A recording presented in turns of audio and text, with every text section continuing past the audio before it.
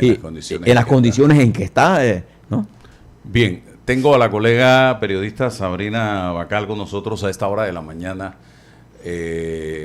con la que quiero conversar un poco para ver o conocer su visión de lo que está sucediendo actualmente y el manejo que, a juicio de ella, le está dando el gobierno panameño a esta situación. Sabrina, bienvenida. Comenzamos por ahí, un poco tu visión y cómo interpretas el manejo que el gobierno del presidente Mulino le está dando a este tema. Bienvenida.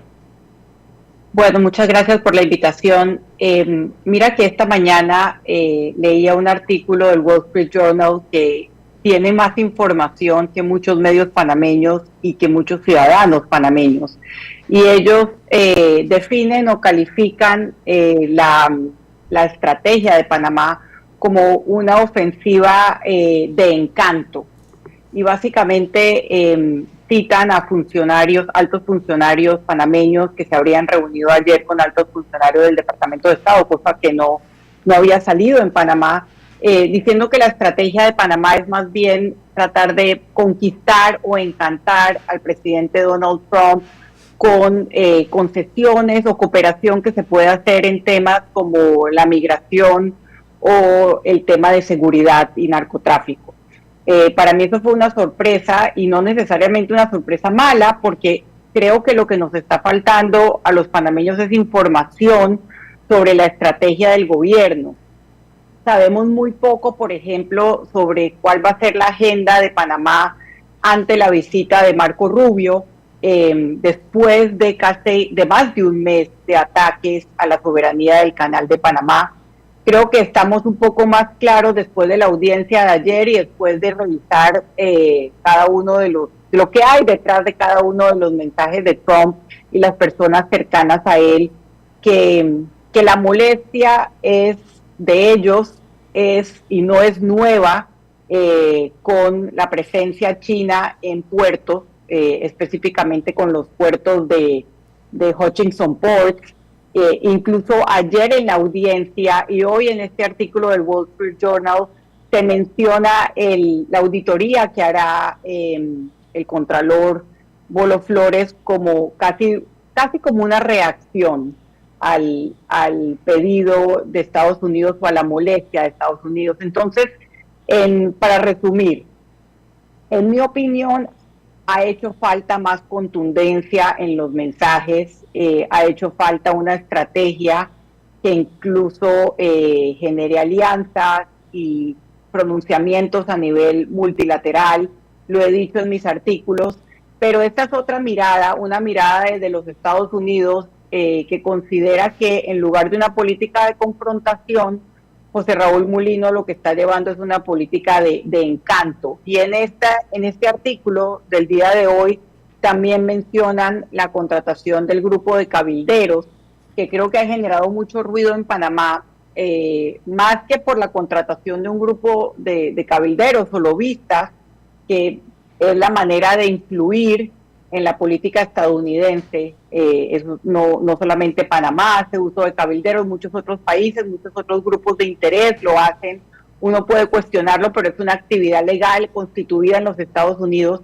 Creo que lo que más ha llamado la atención han sido las declaraciones de David Urban en CNN, que es el más, digamos, reconocido de este grupo de cabilderos contratado por el gobierno panameño. Según el Wall Street Journal, habría sido contratado unos días antes de la toma de posesión de Donald Trump, que ya fue la semana pasada, pero parece que pasó un mes porque ha pasado tantas cosas. Bueno, ha llamado la atención porque él ha salido en CNN, él es comentarista de CNN, con una posición para mí intolerable para los panameños, porque incluso menciona y legitima la posibilidad de una invasión militar a Panamá. Entonces creo que el cuestionamiento mío y de otros panameños es cómo esta persona, que sí es afín a Trump, puede defendernos o puede tener la credibilidad para voltear su posición 180 grados y ahora ser un aliado de Panamá. Lo que yo llamaba esta mañana el divorcio de el gobierno nacional con los medios de comunicación actualmente.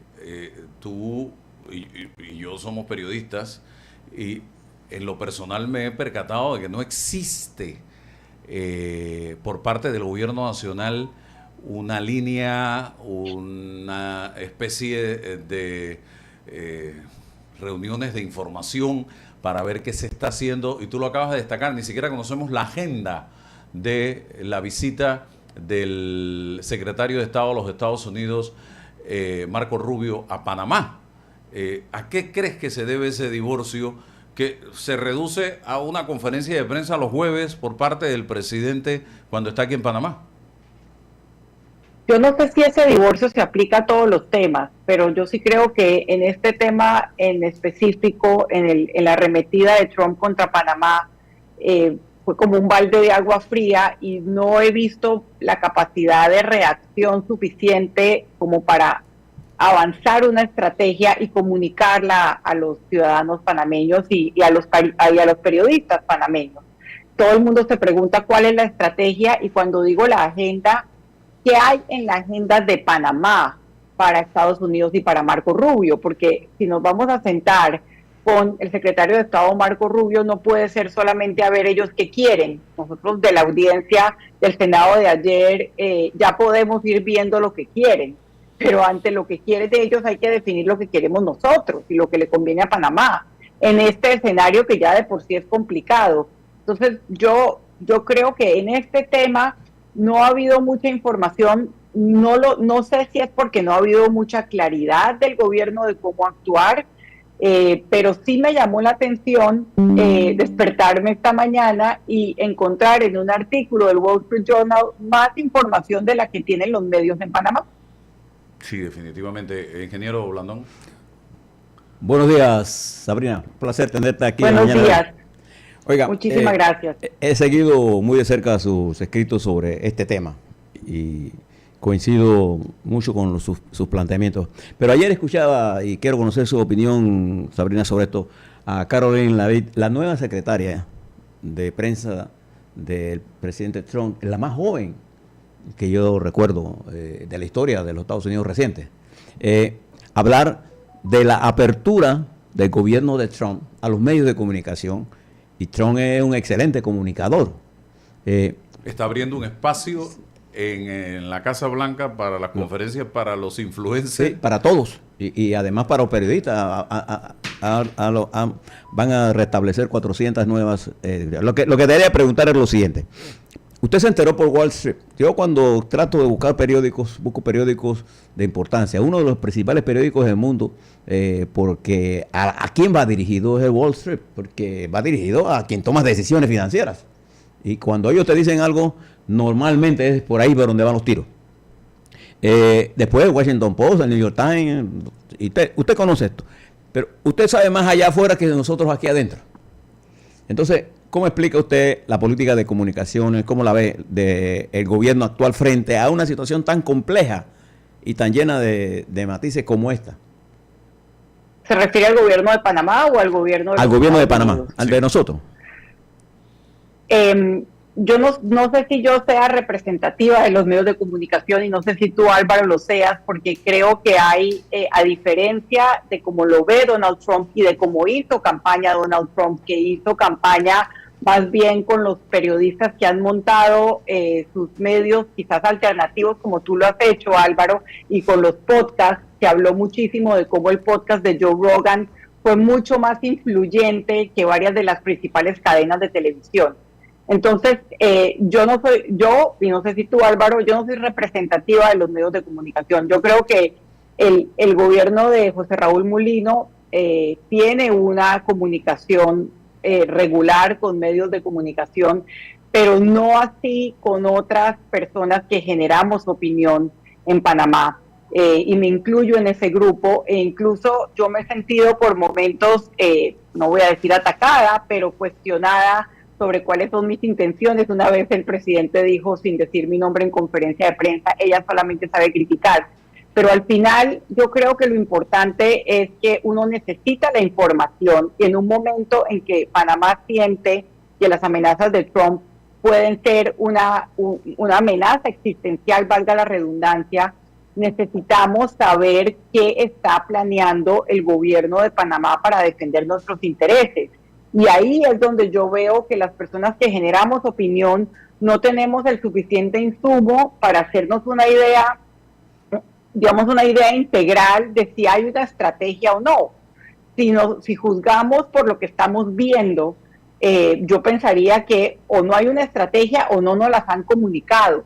Porque hemos visto, por ejemplo, la declaración de José Raúl Mulino el 22 de diciembre me pareció extraordinaria, integral, firme, tocando todos los puntos que son esenciales para la defensa de la soberanía de Panamá sobre el canal.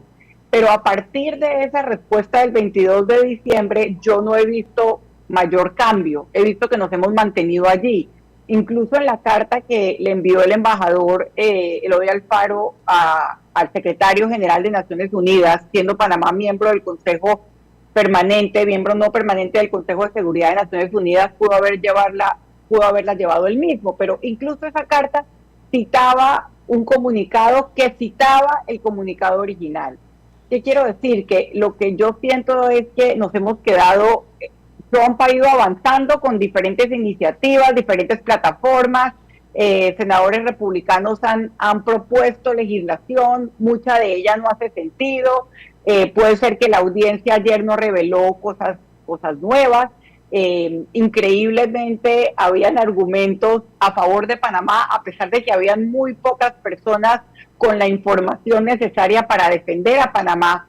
Pero lo que yo he sentido de parte del gobierno panameño es como una especie de parálisis, o sea, porque esa es la información que tengo.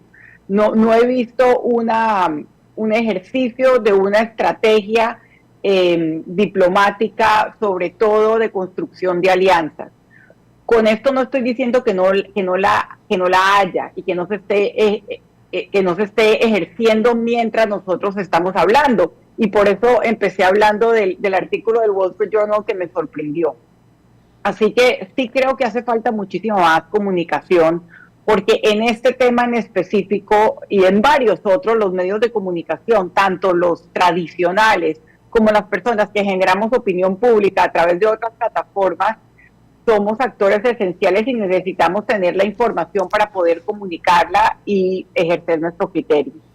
Ayer escuchaba un poco molesto a Guillermo Corchés hablar precisamente de personas que ha contratado el gobierno de Panamá a manera de lobistas. Vamos a escuchar brevemente lo que decía Guillermo Corchés y quiero conocer tu reacción, que también ya diste un avance al respecto. Adelante. El gobierno de Panamá ha contratado la firma lobista de Washington, BGR Group, donde está David Urban. Para que una firma pueda representar al país, debe registrarse en el Departamento de Justicia de los Estados Unidos. Resulta que esa firma, que ya conoce algo de Panamá porque ayudó como subcontratista de los abogados que Panamá contrató para el contrato minero, entre sus socios tiene a David Urban, que puedes verificar en Google, es miembro del Partido Republicano, pero fue uno de los que abogó para que Panamá devolviese el canal, inclusive ha apoyado una invasión de Estados Unidos a Panamá. Me parece que el gobierno de Panamá debió haber investigado a quién estaba contratando y no hacerlo a la ligera. ¿Qué puede defendernos este señor frente a las pretensiones de algunos en el gobierno de Estados Unidos? Me parece una mala decisión y una incompetencia de quien contrató a este grupo. Sabrina. Bueno, yo coincido porque comprendo la necesidad de tratar de hacer lobby con ciertos actores claves que pueden ayudar a la causa de Panamá. Y yo ayer me preguntaba, por ejemplo, viendo la audiencia en el Senado, ¿por qué no se hizo un trabajo previo más importante? O si se hizo, que nos cuenten, con los senadores demócratas que estaban presentes y que podían traer, como algunos pocos hicieron, a la mesa hechos y no solamente especulaciones. Y ayer muchas personas comentaron las preguntas que le hizo a Luis Solá el senador Andy King, el senador demócrata, y básicamente lo puso contra las cuerdas diciéndole, pero espérese, están estos puertos manejados por Hutchison Ports, pero manejan ellos el canal, y ahí Luis Solá tuvo que hacer la diferencia entre una cosa y otra, entre lo que es la ACP y lo que son los puertos de Hutchison Ports. Entonces yo me preguntaba qué hubiese pasado si en lugar de uno hubiésemos tenido varios senadores o personas que hubiesen estado llevando a esa audiencia, que si bien era un ejercicio de política interna de Estados Unidos, generó mucha opinión pública.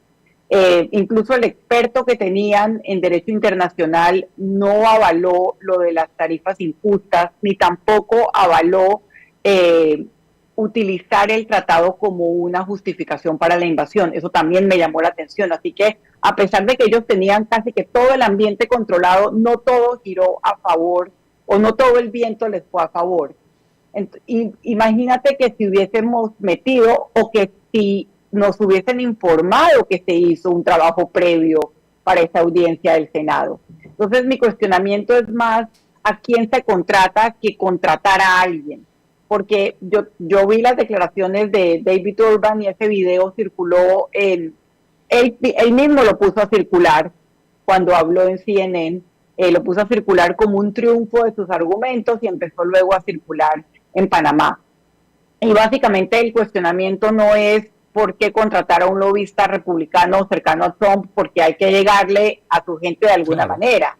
Para mí el cuestionamiento es por qué contratar a una persona que uno ya estaba vinculada a un grupo que asesoró y no muy bien al pasado gobierno en el contrato minero. Y dos, que ya salió hace poco al aire en CNN avalando la posibilidad de una invasión militar y refiriéndose a Panamá en términos supremamente despectivos.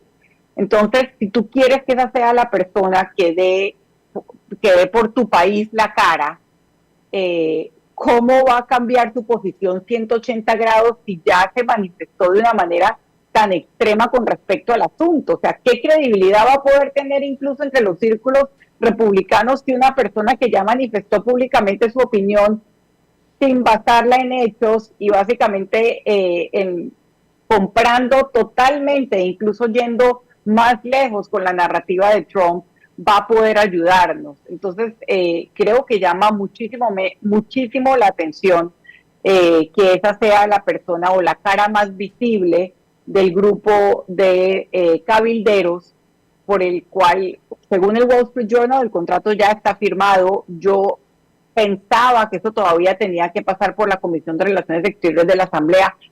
Nuevamente, volviendo al tema de la falta de información, no lo tengo claro, pero si eso ya está firmado, ese contrato con los cabilderos, pues aún peor, porque ahí también hay no solamente un tema de criterio de a quién estamos contratando para que nos defienda y qué tipo de credibilidad va a poder tener, sino también un tema de transparencia y de rendición de cuentas, en mi criterio. Yo conversaba con algunos diputados y me expresaban su preocupación por el hecho de que ni siquiera dos comisiones importantes de la Asamblea, como la de Relaciones Exteriores y la Comisión de Asuntos del Canal, que tienen de una u otra manera, diríamos, algún tipo de relación con todo esto, han sido tomadas en cuenta. Ellos tampoco tienen la más remota idea de cuál es la línea, cuál es la estrategia por parte del gobierno del presidente José Raúl Mulino frente a un tema de esta naturaleza. Por otro lado, me llama la atención que el señor Solá, quien tiene intereses en Panamá, en la isla Flamenco, donde antes, o donde está la calzada Amador, esté presente o estuviera presente allí en esa reunión. ¿Esto no representa un conflicto de intereses de parte de él? Absolutamente, representa un conflicto de intereses, y también llama la atención de que hubiese sido el testigo estrella, por así decirlo, de una audiencia que que para ese grupo de republicanos y para Ted Cruz tuviese tanta importancia. Yo asumo, porque Trump es una persona que puede ser influido por intereses particulares y asuntos particulares, y eso se puede ver también en su manejo de muchos otros temas, que por su cercanía a Trump, porque es funcionario también del gobierno de Trump, pues pudo haber tenido algo que ver o mucho que ver con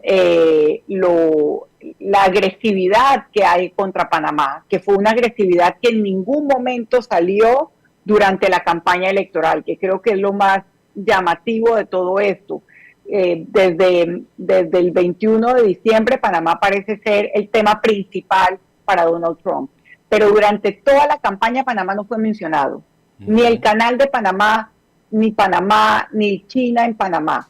Sabemos que él ha tenido, y lo ha dicho el ex embajador John Philly, una obsesión con el tema del canal, como lo tienen muchos otros sectores o un sector del Partido Republicano, que fueron muy críticos en su momento de los tratados Torrijos-Carter y de la acción que hizo Jimmy Carter. Y eso fue un motor político interno para un sector conservador del Partido Republicano, para un sector específico del Partido Republicano. Sin embargo, el hecho de que Trump se haya sacado el 21 de diciembre esto de la manga y haya mantenido el tema vigente, incluso con argumentos un poco sacados de la manga, vuelvo a decir, anoche subió un post sobre los letreros chinos en Panamá y dijo que el 64% de los letreros en Panamá son chinos. O sea, es una arremetida construida muy a la carrera y con argumentos, algunos viejos, algunos de vieja data y otros como que no tienen ni pies ni cabeza. Entonces, la presencia de este señor Solá como testigo es un gran conflicto de interés y básicamente nos muestra que esta arremetida de Trump no está parada sobre bases sólidas. Pueden haber asuntos personales mezclados en la estrategia estadounidense y nosotros tenemos que tener como país esto muy claro. Sabrina, te hago una pregunta dura, pero quisiera una respuesta dentro de lo posible con la mayor objetividad que te caracteriza en todos tus escritos. Fíjate, de acuerdo a las agencias de evaluación de riesgo de la República de Panamá, la administración Trump se convierte en uno de los elementos de riesgo e incertidumbre más serio para la República de Panamá. Y tú sabes que el riesgo, la incertidumbre y el riesgo tiene como resultado final un incremento o una caída del valor de nuestros bonos en el mercado y un aumento del financiamiento. O sea, el presidente Trump anunció ayer que iba a mantener los aranceles a México y a Canadá el 1 de febrero, y esto es este sábado cuando llega precisamente el canciller norteamericano a Panamá. Mi pregunta es la siguiente, entonces, Sabrina, ¿tú crees que es el factor del gobierno del presidente Trump, es un elemento de riesgo suficiente para que Panamá diseñe un mecanismo de cómo manejar esto, teniendo en consideración las fuerzas nacionales, los diputados, las bases de la sociedad organizada, los intelectuales que se han desincorporado de la lucha, los cantores del país, los periodistas que juegan un papel importante en la comunicación, siempre que tenga la información y no la estén contrabandeando, no la estemos contrabandeando porque no tenemos información. Tú desde esta distancia que tienes de Panamá, ¿cuál es tu lectura de la importancia de esto que está pasando en la administración Trump con sus problemas internos e internacionales y este súbito ataque a la República de Panamá? ¿Cómo lo miras? Sí, y aquí me escribe alguien, Sabrina, que está vinculado al tema de los medios, que los medios panameños lo que difunden en su gran mayoría es información que viene de afuera, porque local prácticamente es nula. Continúa. Sí, coincido con eso. Claro que es un factor de riesgo, ya lo están diciendo las calificadoras. es que estar en la mira de la superpotencia te convierte en un blanco y te convierte en una economía que ya venía con factores de riesgo y evidentemente es un factor de riesgo. Entonces, es claro que necesitamos como país, más allá del gobierno, pensar cuál es la mejor estrategia para hacerle frente y empezar a ejecutarla. Y esa es mi preocupación con la falta de acciones concretas, sobre todo a nivel de alianzas y a nivel multilateral y a nivel de ir fortaleciendo la posición. Hay un ejemplo que a mí me resulta muy claro, pero pues parece parte del estilo de José Raúl Mulino, pero él desde el primer día, incluso antes de que estallara esta crisis con Donald Trump, ha dicho que la verdadera frontera de los Estados Unidos está en Panamá. Sí. A mí eso me pareció inadecuado aún antes de que Donald Trump arremetiera contra Panamá, porque eso no es una expresión. Yo entiendo lo que quiere decir, entiendo que él lo que está diciendo es: somos tu socio ideal de cooperación en el tema migratorio. Pero puede ser interpretado como ven y haz lo que quieras, y esa frase no la ha cambiado. Puede ser que él o sus asesores no vean por qué esa frase puede ser malinterpretada e incluso puede ser utilizada en los argumentos de Trump, pero básicamente es un factor de riesgo. Panamá se tiene que preparar y el gobierno tiene que comunicar qué es lo que va a hacer y cuáles son los criterios con los cuales está tomando las decisiones. Decisiones como la contratación de este grupo de cabilderos, cuya cara más visible salió en CNN hace no mucho tiempo, diciendo que la alternativa de una invasión militar a Panamá estaba sobre la mesa. Una cosa que es escandalosa, una cosa que es inaceptable, y una cosa que muestra el poquísimo sentido que hace que una persona así sea quien nos vaya a defender o quien vaya a hacer lobby por nosotros en los canales políticos norteamericanos. Pero Sabrina, por ejemplo, ayer en la audiencia vimos la intervención magistral del senador Andy King de New Jersey en su cuestionamiento. Nosotros tenemos en los Estados Unidos grandes amigos. Panamá tiene grandes amigos.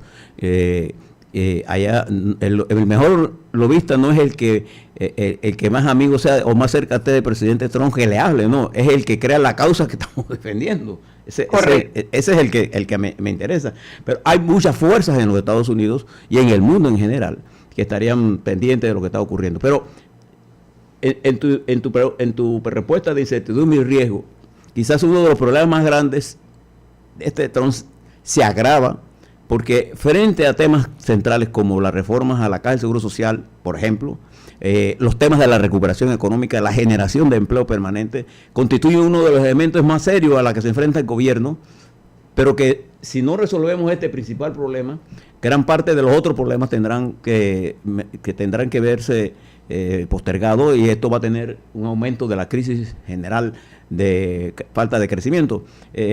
Ustedes, tú no has encontrado en estos medios internacionales esta misma preocupación con respecto a Panamá. A mí me preocupa lo que va a pasar en México y Canadá esta semana, porque una crisis de aranceles una guerra arancelaria entre Estados Unidos y Canadá y México afectará a los tres países. Va a producir una recesión, no solamente en México, no solamente en Canadá, sino también en los Estados Unidos. Yo lo que he encontrado en los medios de Estados Unidos es un análisis que va más a lo geopolítico, y es un análisis advirtiendo que pese a la importancia geopolítica de Panamá, lo que estaría logrando Trump con estas amenazas, muchas de las cuales no están basadas en hechos reales y no tienen un fundamento lógico, sería acercar más a Panamá hacia China, a Panamá y a otros países hacia China. En el caso de Panamá me encuentro mucho más esa preocupación de los críticos de Trump diciendo ¿qué estás haciendo? Si te molesta la presencia china o si estás preocupado por la influencia que pueda ejercer en una arteria tan importante para el comercio global y para tu seguridad económica y militar, ¿por qué los estás tirando a los brazos de China? Ese es el argumento más claro que me he encontrado. Y también me he encontrado mucho el argumento que incluso hace hoy el Wall Street Journal, y lo ha hecho desde el comienzo de la crisis, más que económico, diciendo Mulino y Panamá son aliados naturales de Estados Unidos. ¿Qué estás haciendo, Donald Trump? ¿Por qué los estás atacando? Y aquí puede haber mucha más cooperación de lo que estás tratando de entrever con tus mensajes. El tema económico evidentemente está allí. Hubo muchísimos análisis después del impasse diplomático de 20 horas entre Petro y Donald Trump, y creo que el análisis más importante es que la estrategia, si se le puede llamar estrategia, o la forma de Petro de encarar o enfrentar de manera desorganizada y sin una estructura clara y sin un objetivo claro a Donald Trump terminó siendo peor para Colombia, y terminó Trump viéndose como empoderado en toda la situación. Y veo que los medios resaltan, incluso lo hace hoy el Wall Street Journal, que una estrategia pensada de manera más inteligente y sosegada y negociada como la que ha mostrado la presidenta mexicana Claudia Sheinbaum, que ha sido firme, pero que no ha sido digamos, ciega en su defensa, ha sido estratégica en su defensa, debería ser lo más conveniente para preservar el interés nacional de Panamá. Yo, para ir cerrando, Sabrina, te haría una pregunta. Con las actitudes asumidas o que está asumiendo Donald Trump con América Latina, que incluso dijo prácticamente, no me interesa América Latina para nada. Ellos necesitan más de mí que yo no, de ellos. Sí, no necesitamos de América Latina. ¿Cómo queda América Latina desde México hasta Chile desde el punto de vista ideológico? ¿Cómo ves a la izquierda en este escenario donde el presidente de la potencia más grande del mundo desprecia a los latinoamericanos en este momento? ¿Qué sentimiento crees? Con algunas excepciones, El Salvador, República Dominicana, Costa Rica y Argentina. ¿Qué sentimiento crees que se está generando dentro de América Latina, incluyendo Brasil? No un buen sentimiento, y por eso es que muchos medios y muchos analistas en Estados Unidos están argumentando que precisamente esa agresividad contra América Latina nos llevaría o nos acercaría más a países como China.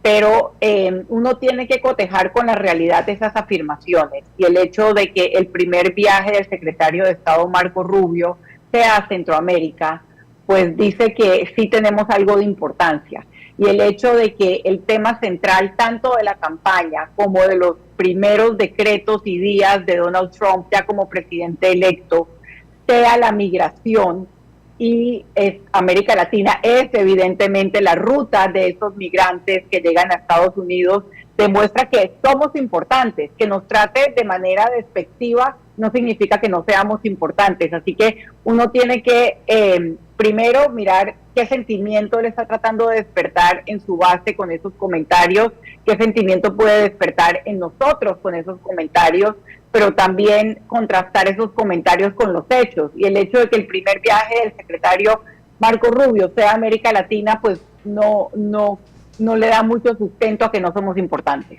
Muy bien. Bueno, gracias Sabrina Bacal, colega periodista, politóloga también, por compartir con nosotros en la mañana de hoy. Que tenga excelente día. Igualmente ustedes, gracias por la invitación. Gracias. Vámonos a Chiriquí, tenemos reporte informativo y retornamos con más.